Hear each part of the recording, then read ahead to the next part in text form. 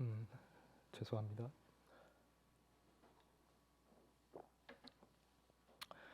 현재 저와 여러분이 이 자리에 모여서 함께 예배를 드리고 있는 이유는 우리가 기독교 신앙을 가지고 있기 때문입니다. 물론 우리 가운데는 아직 기독교 신앙이 부족하거나 없는 자가 있을 수도 있습니다.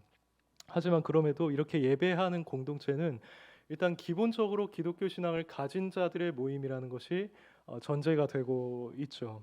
근데 오늘 제가 성도님들과 함께 나누고 싶은 것, 그리고 생각해 보고자 하는 것은, 과연 이 기독교 신앙이라고 하는 것은 우리에게 어느 정도의 영향을 미치느냐 하는 것입니다.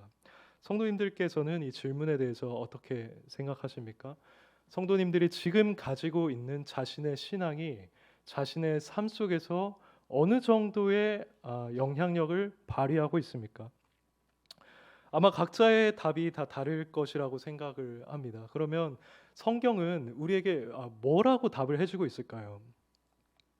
하나님의 말씀인 성경은 이것을 꽤 급진적으로 표현을 하고 있습니다. 다양한 말씀을 제가 인용을 할 수 있지만 몇 가지만 인용을 하자면, 우선 성경은 기독교 신앙을 가진 자가 옛사람을 아예 벗어버리고 새 사람을 입는 자라고 합니다. 로마서 6장 6절을 보시면 우리의 옛사람이 예수와 함께 십자가에 못 박혔다라고 표현을 하죠.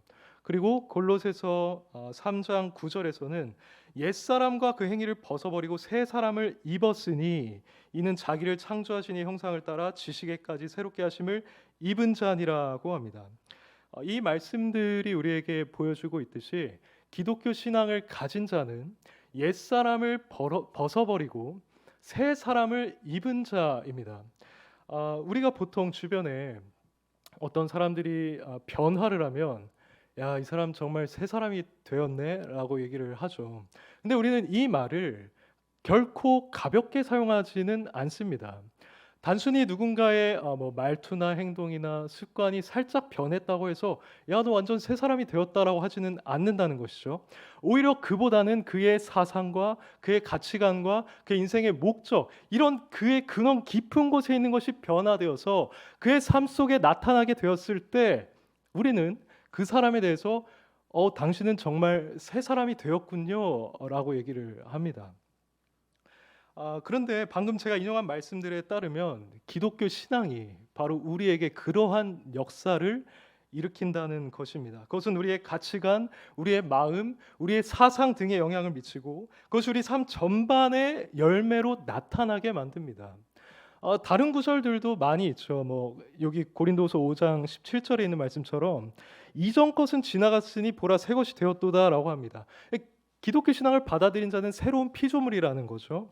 그리고 또 다른 말씀, 에스겔 말씀을 보면 새 영을 너희 속에 두고 새 마음을 너희에게 주되라고 하나님께서 약속을 해주셨죠.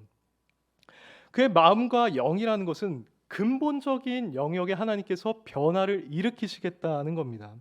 그럼 이 변화가 인간의 삶에 어느 정도로 영향을 미치는가 했을 때 그것을 잘 보여주는 구절은 신명기 30장 6절입니다.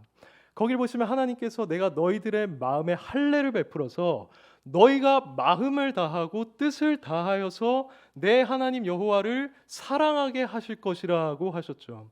근데 여기서 뜻이라고 번역된 이 단어는 원어를 보면은 영혼입니다. 영혼이요. 그러면 결국 그 말씀은 내가 너희의 마음과 너희의 영혼을 다해서 내 하나님 여호와를 사랑하게 하겠다라는 뜻이 되는 것이죠.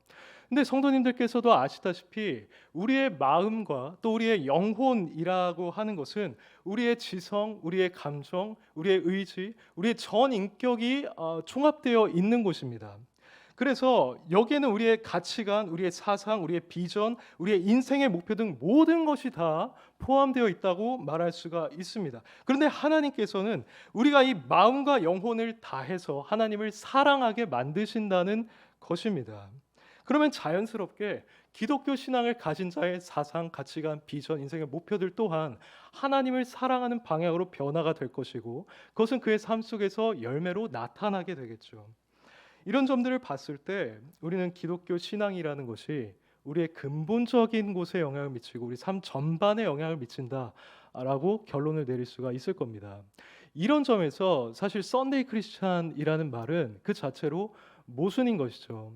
만약 하나님께서 약속하신 이런 역사가 그에게 나타났다면, 그래서 그의 가치관과 세계관과 모든 것이 다 변화가 됐다면 어떻게 그가 주일에만 썬데이에만 크리스천이 될 수가 있겠습니까?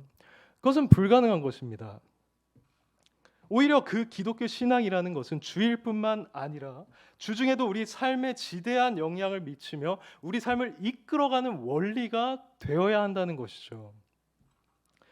이것이 우리로 하여금 이 세상에 있는 사람들과 구별되게 만드는 가장 결정적인 원인입니다.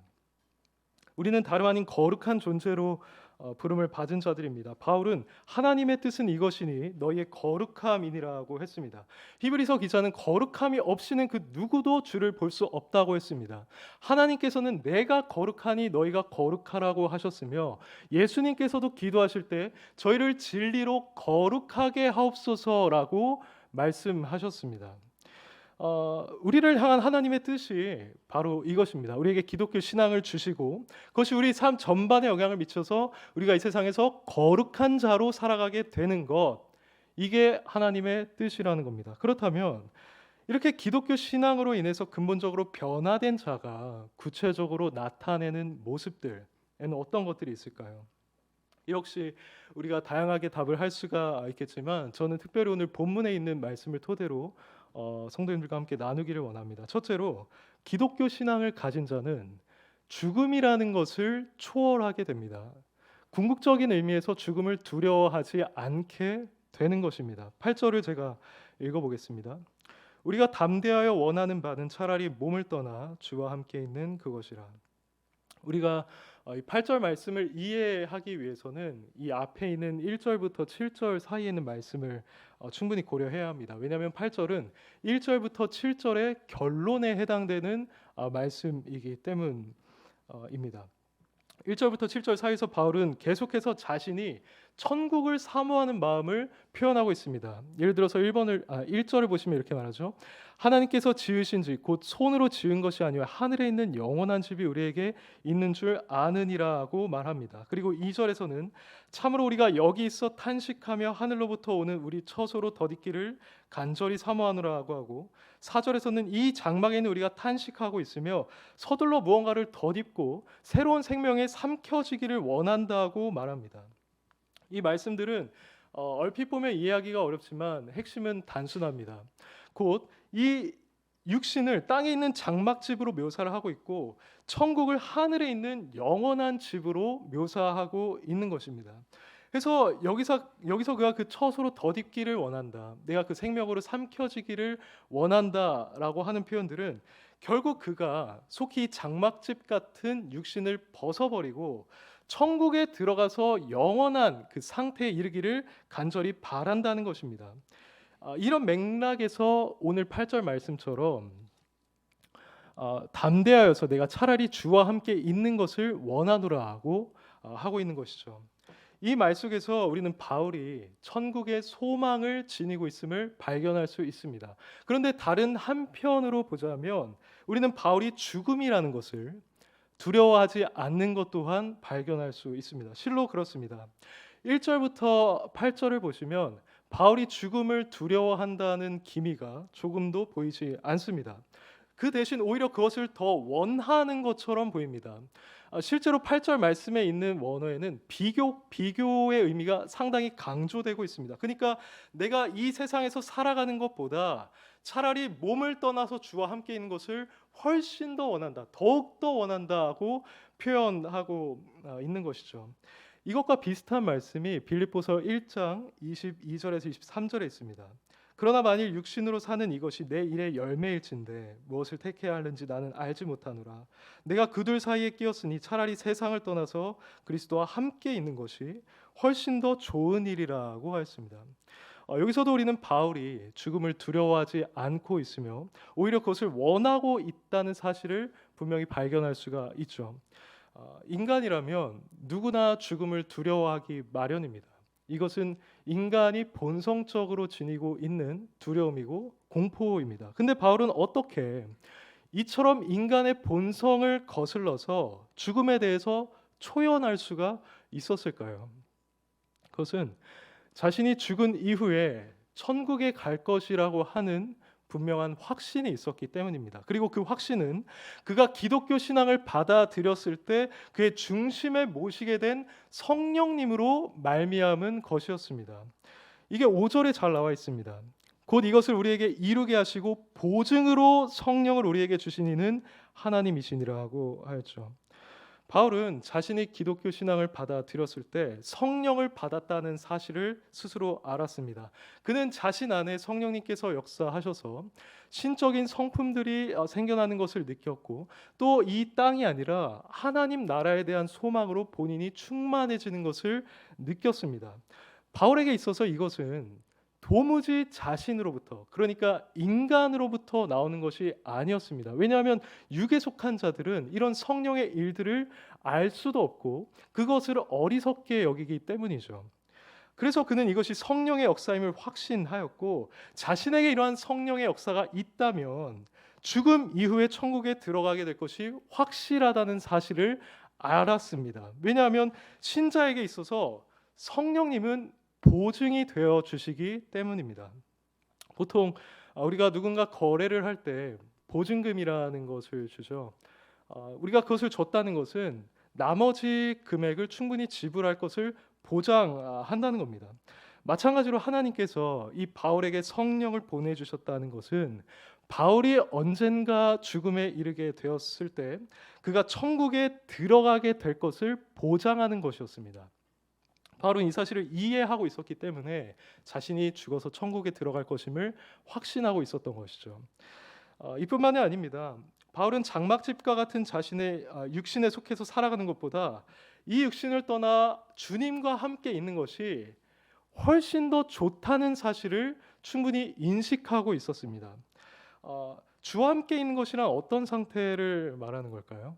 이것은 신학적인 용어로 중간 상태라고 하는데, 이 상태가 어떤 상태인지 우리가 정확히 알 수는 없습니다. 하지만 성경을 근거로 해서 그나마 우리가 추측해 볼 수 있는 것은 중간 상태는 주님과 함께 있는 상태이고, 예수님께서 다른 한편에 못 박혔던 강도에게 네가 나와 함께 낙원에 있으리라고 하셨던 것처럼 낙원에 있을 것이라는 사실만 우리가 생각을 할 수 있습니다. 물론 이때 성도가 누리게 되는 영화는 예수님 재림하신 이후에 누리게 될 그 최종적인 영화보다는 불완전합니다. 하지만 성도는 분명히 이곳에서 영광을 누리게 되고 또 예수 그리스도와 깊은 교통을 나누게 됩니다. 이러한 상태가 된 성도는 주님과 교제를 나누면서 주님이 어떤 분이신지를 더욱 잘 알게 될 것입니다.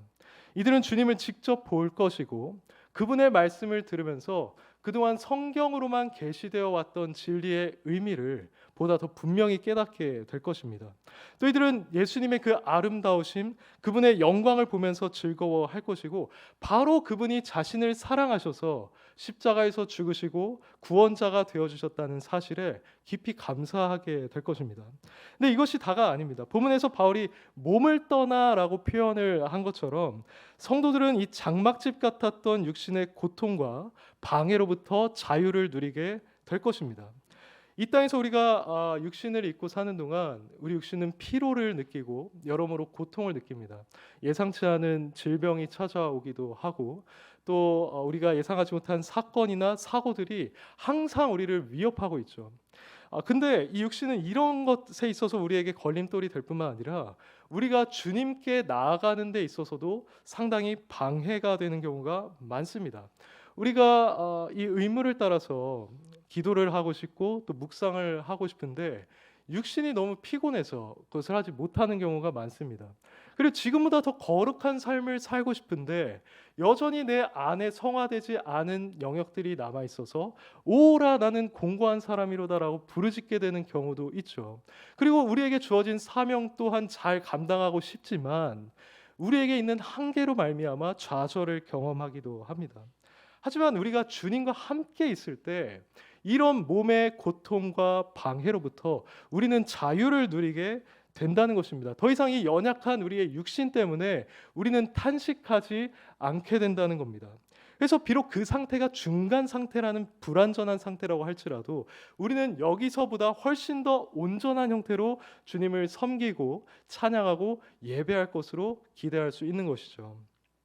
이러한 상태에 들어간 성도는 마치 우리가 보통 집에 들어갔을 때 누리는 그 평안함을 누릴 것입니다. 왜냐하면 바울이 1절에서 표현한 것처럼 성도의 진정한 집은 이 땅이 아니라 바로 주와 함께 있는 그곳에 있기 때문입니다. 우리가 집의 규모와는 상관없이 나의 집이라고 하는 곳은 얼마나 편안하게 느껴집니까? 우리가 길을 떠나 밖에 있을 때 뭐 아무리 거기서 즐거운 일을 하고 좋은 사람들과 대화를 하면서 교제를 나눠도 지치기 마련입니다. 그래서 결국 집으로 우리는 가기를 원하게 되고 집에 갔을 때야 아늑함과 편안함을 느끼게 되죠. 그래서 뭐 명절이나 아니면 여행을 다녀왔을 때 집에 오면 역시 집이 최고구나 하는 감탄이 우리에게 자연스럽게 나오는 겁니다. 근데 우리가 죽어서 주님과 함께 있게 됐을 때 우리는 바로 이와 같은 편안함과 아늑함을 느끼게 될 것입니다. 왜냐하면 이 세상에서 우리가 외국인과 나그네로 살아가고 있지만 그곳에서 진정한 집을 우리는 발견하게 될 것이기 때문입니다. 바울은 이 사실을 분명히 알고 있었고 이것을 믿음의 눈으로 바라보고 있었기 때문에 나는 지금 내 몸을 떠나서 주님과 함께 있기를 원한다. 난 죽어도 더 이상 여한이 없다라고 고백할 수 있었던 겁니다. 제가 믿기로 이것은 오늘날 우리 모두의 고백이 되어야만 합니다. 왜냐하면 현재 우리가 믿고 있는 기독교 신앙과 바울이 믿고 있었던 그 기독교 신앙이 결코 다를 바가 없기 때문이죠. 우리가 예수님을 믿었다면, 바울이 예수님을 믿고 의롭다 하심을 받았다면 우리 또한 예수 그리스도를 믿고 의롭다함을 받은 자입니다. 그리고 바울이 다메섹에 가는 길에서 주님을 만나서 새로운 존재로 변화되었다면 우리 또한 예수 그리스도를 만나서 새로운 존재로 거듭난 존재들입니다. 그래서 현재 우리에게 성령으로 말미암은 이런 역사들의 증거가 있다면, 예를 들어서 우리가 그리스도에 대한 진실된 믿음을 가지고 있고 그분의 뜻을 따르기를 원하고 죄와 치열하게 싸우고 있으며 세상에 대해서 점점 더 멀어지는 등의 열매가 맺히고 있다면 우리 또한 천국에 들어가게 될 것을 확신할 수가 있습니다. 왜냐하면 그것은 우리 자신으로부터 나온 것이 아니고 우리가 예수님을 믿게 됐을 때 우리에게 주어진 그 성령님으로 말미암아 나오게 된 열매들이기 때문입니다. 그리고 그 성령님은 우리에게 보증이 되신다고 하셨죠. 그러므로 만일 우리가 그리스도에 대한 믿음과 이런 열매를 맺고 있다면 우리는 죽음이라는 것에 대해서도 얼마든지 초연할 수 있어야 할 것입니다. 이것이 바로 기독교 신앙을 지닌 자들이 그렇지 않은 자들과 구별되는 지점입니다. 그리고 이것이 바로 기독교 신앙이라는 것이 우리의 깊은 곳에 영향을 미친 결과입니다. 물론 죽음이라는 것은 우리에게 꽤나 낯설고 또 어느 정도 부담스러운 대상이 됩니다. 그래서 칼빈도 우리가 이 죽음을 때때로 두려워할 수 있다는 사실을 인정을 했습니다.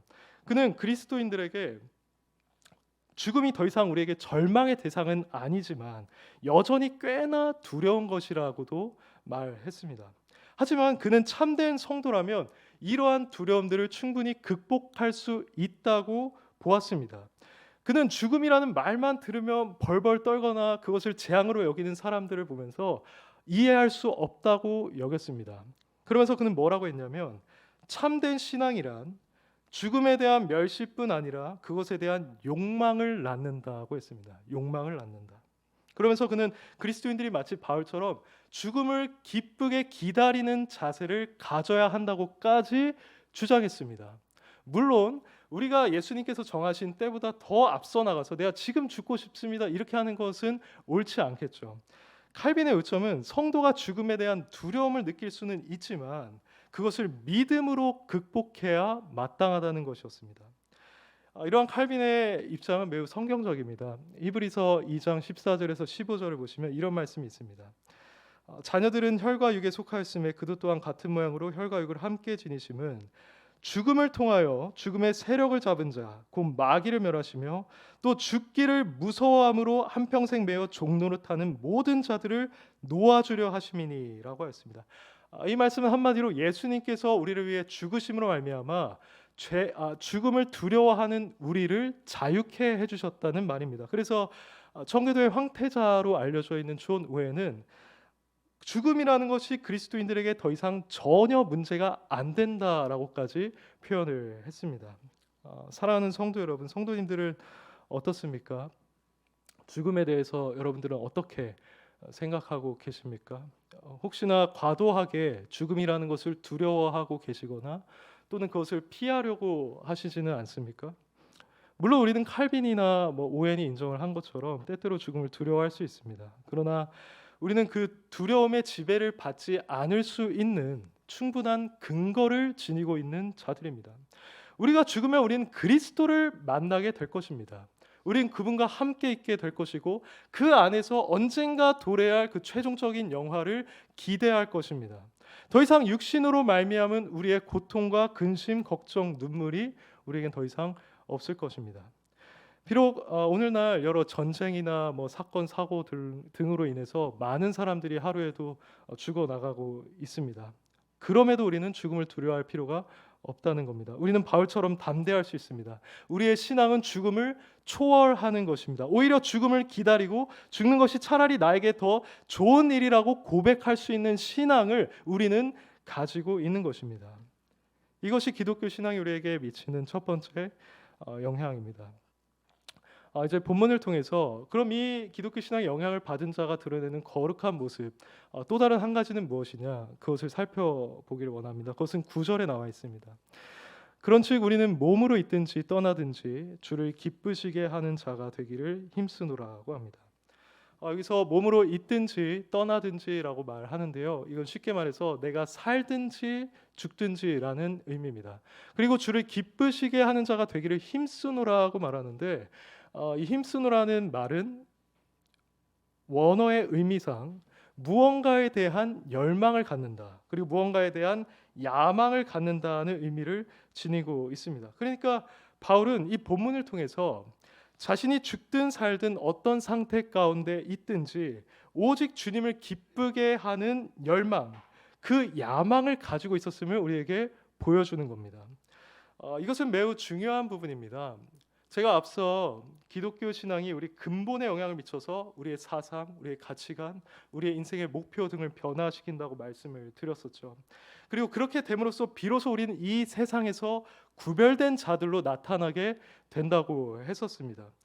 실제로 우리는 세상 사람들과 달라야 합니다. 우리의 생각, 우리의 사상, 우리의 행동이 성경에 근거했을 때 마땅히 달라야 합니다. 근데 무엇보다도 달라야 하는 것이 무엇이냐면 그것은 바로 우리가 지니고 있는 열망입니다. 우리가 지니고 있는 무언가에 대한 야망입니다. 그래서 저는 성도님들이 이 시간 한번 스스로의 열망이 무엇인지를 한번 생각해 보시기를 바랍니다. 여러분들은 지금 인생을 살고 있으면서 무엇을 추구하고 계십니까? 무엇을 여러분들의 삶에서 궁극적인 목적으로 두고 계십니까? 혹시나 그것이 돈을 많이 버는 겁니까? 아니면 혹시나 그것이 직장에서 인정을 받는 것입니까?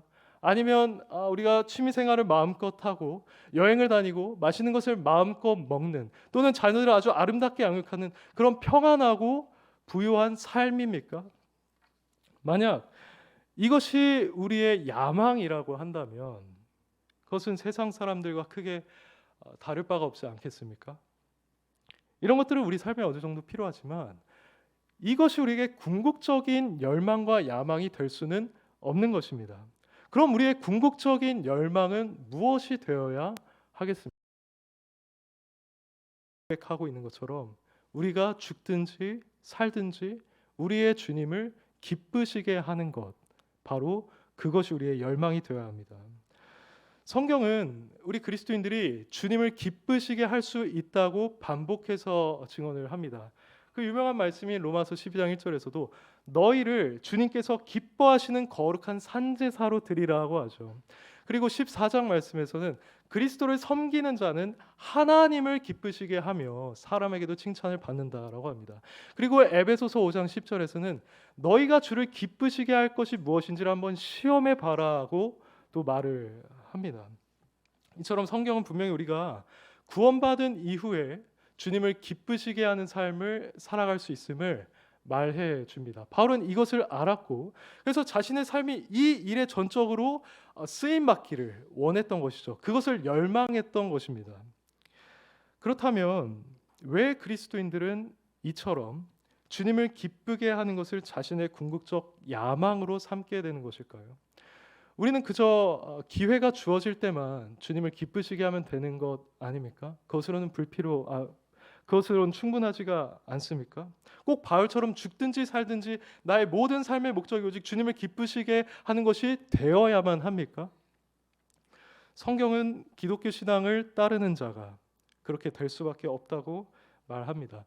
여러 가지 이유를 제시할 수가 있겠죠. 근데 특별히 제가 오늘 한 가지 그 이유를 말씀드리자면 그것은 예수 그리스도를 믿은 자, 그러니까 이 기독교 신앙을 받아들인 자가 더 이상 자신이 주인이 되는 것이 아니고 그때부터는 예수님께서 그의 삶의 주인이 되시기 때문입니다. 사도행전 20장을 여러분들이 보시면 바울이 에베소에 가서 그 장로들을 모아놓고 고별 설교를 하는 장면이 등장하죠. 그러면서 그들에게 마지막 당부하는데 이렇게 말합니다. 여러분은 자기를 위하여 또는 온 양떼를 위하여 삼가라. 성령이 그들 가운데 여러분을 감독자로 삼고 하나님이 자기 피로 사신 교회를 보살피게 하셨느니라고 합니다.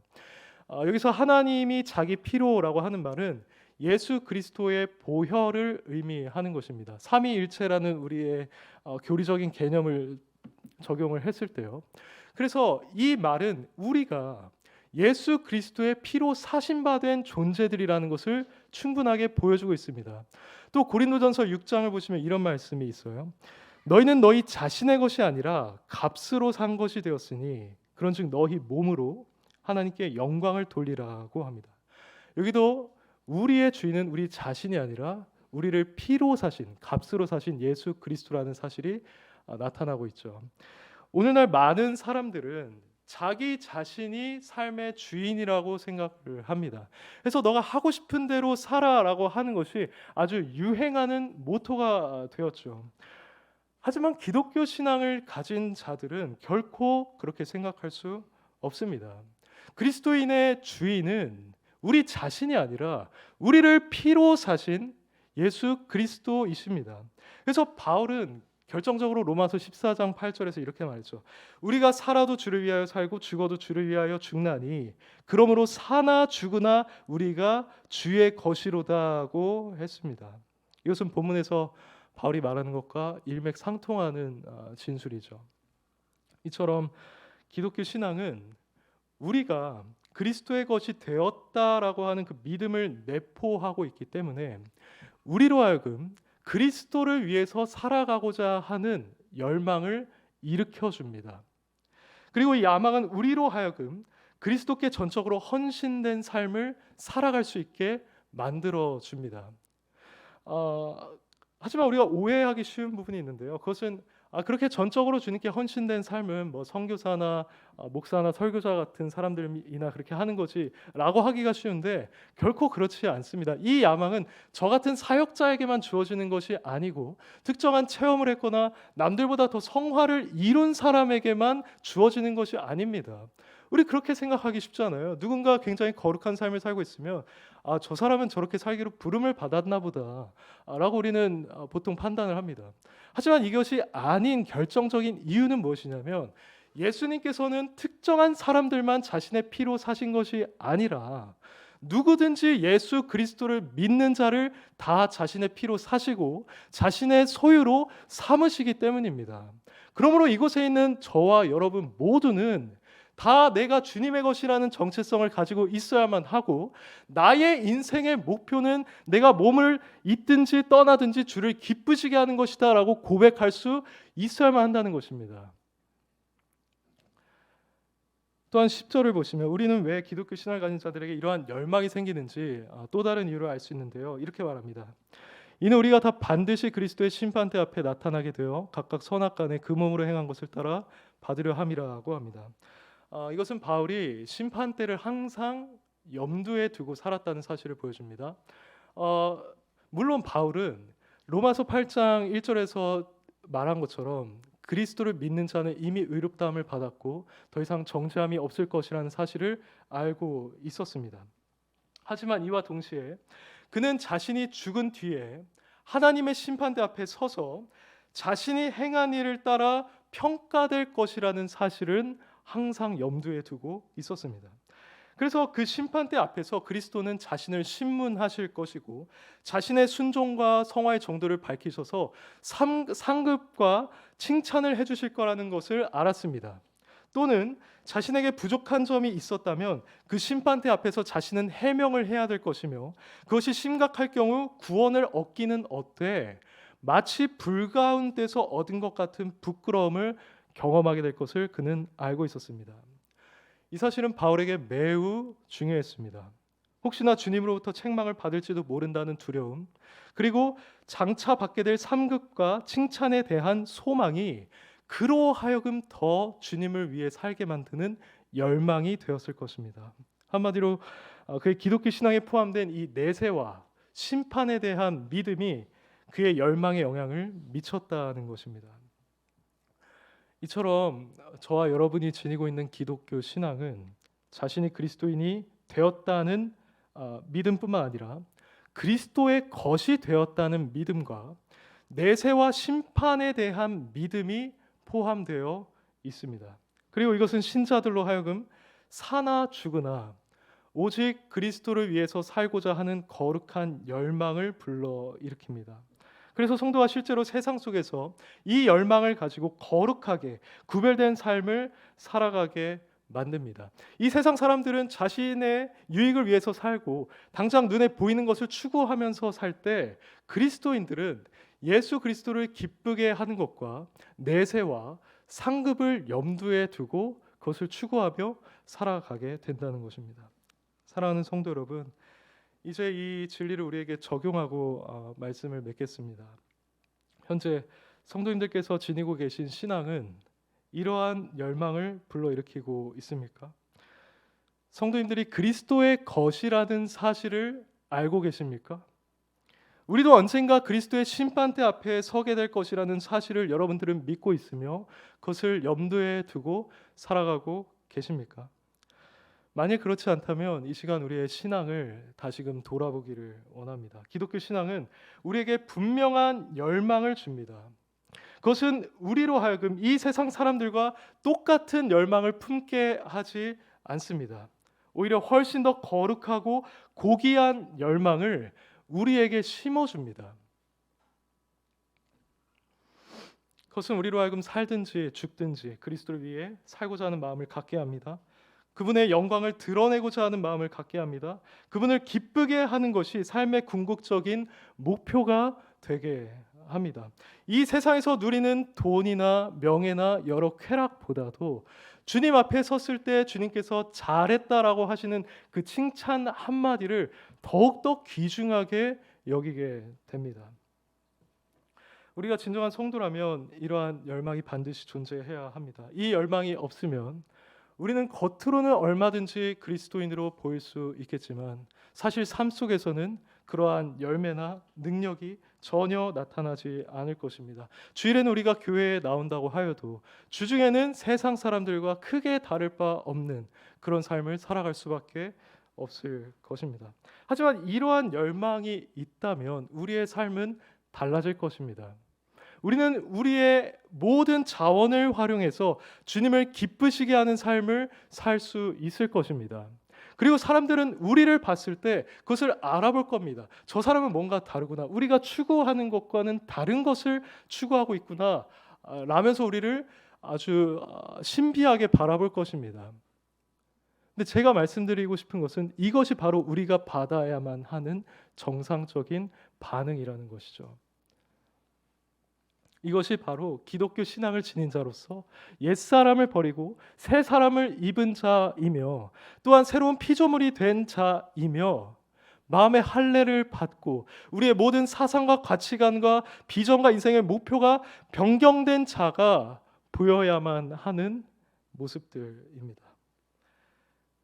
이제 찬송가 가사 한번 읽어드리고 마치겠습니다. 주 날 위해 보배로운 피 흘리사 그 귀하신 생명까지 다 주시니 내 천한 몸이 이 생명을 왜 아끼랴. 날 위하여 십자가에 피 흘리신 주 예수의 은혜로서 인치시고 내 모든 것 주의 소유 삼으소서. 주 날 위해 그 귀하신 몸 버리사 이 내 몸을 피값으로 사셨으니 내 생명도 주 예수께 바칩니다. 부디 이 고백이 우리의 진실한 고백이 되기를 바라겠습니다.